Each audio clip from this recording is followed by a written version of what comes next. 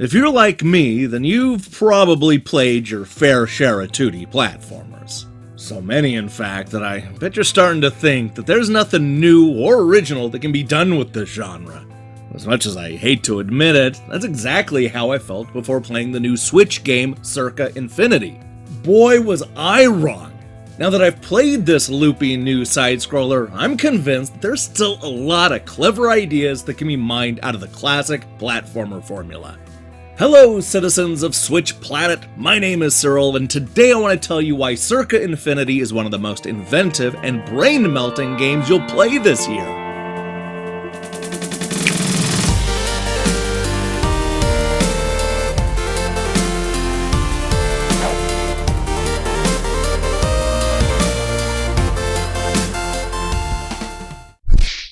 While most side-scrolling platformers have you running from left to right, Circa Infinity breaks free of that cliche by sending our hero around in a circle.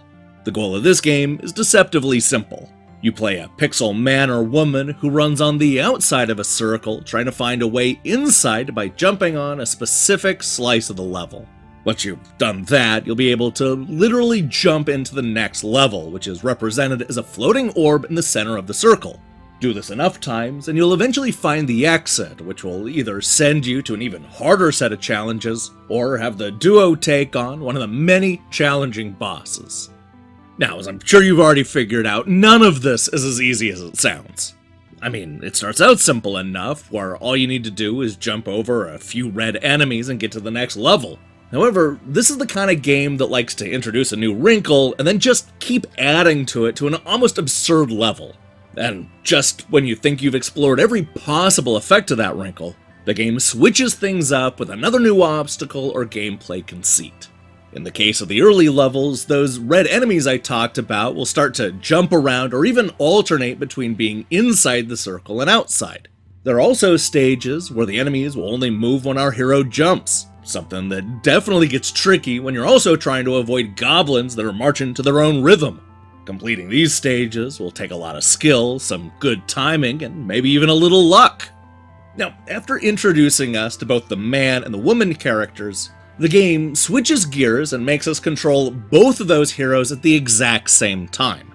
This is yet another example of the game coming up with a new wrinkle and exploring it to the nth degree.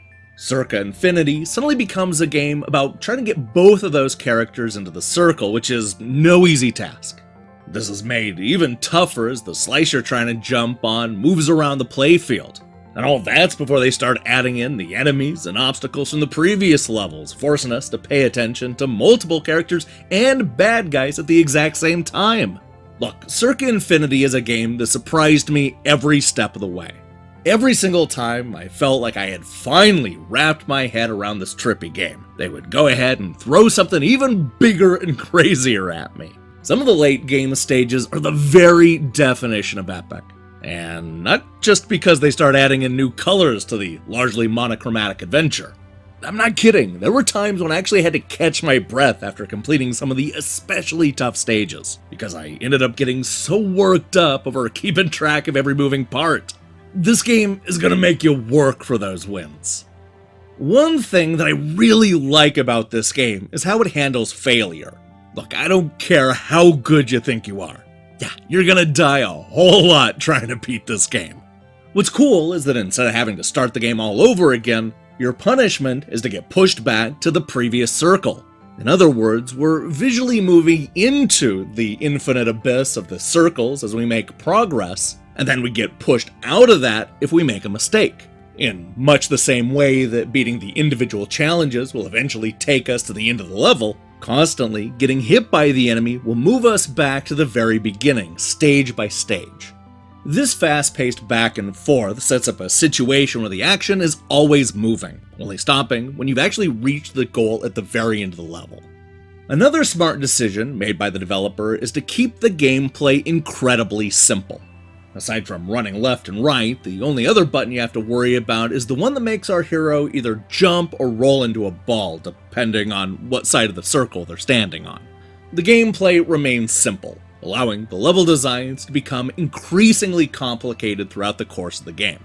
As odd as it sounds, I actually found comfort in knowing that no matter how insane the obstacles got, this was still a game where all I needed to do was run and jump.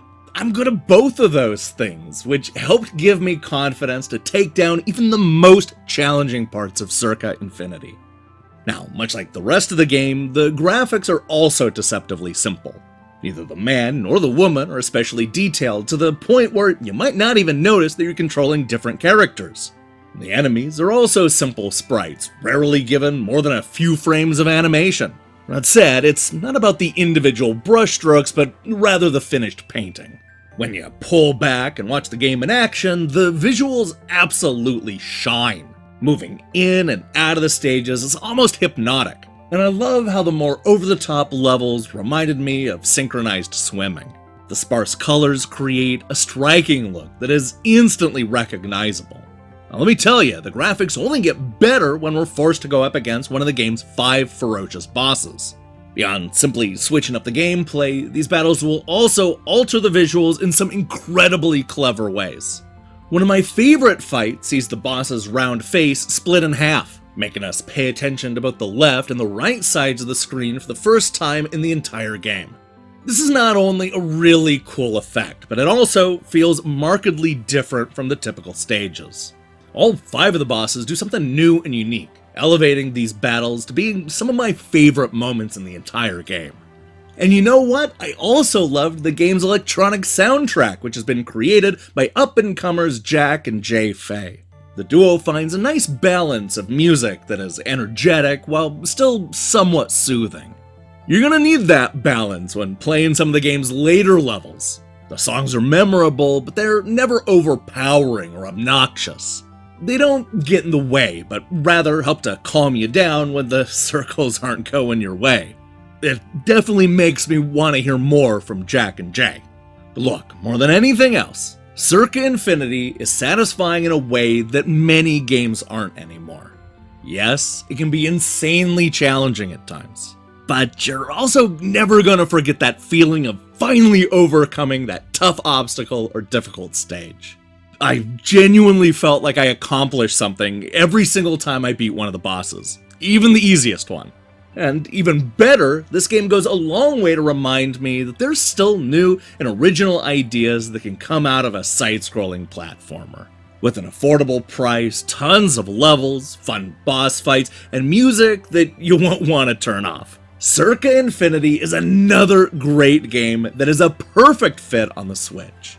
Who knew that running around in circles could be this much fun?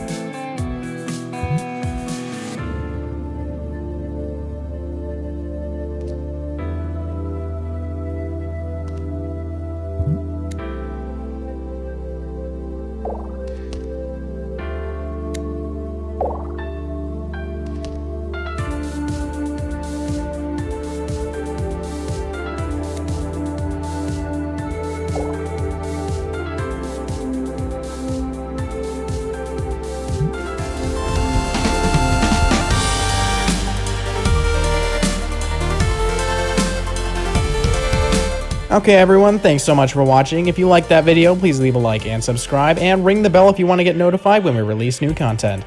We hope to see you in the next video.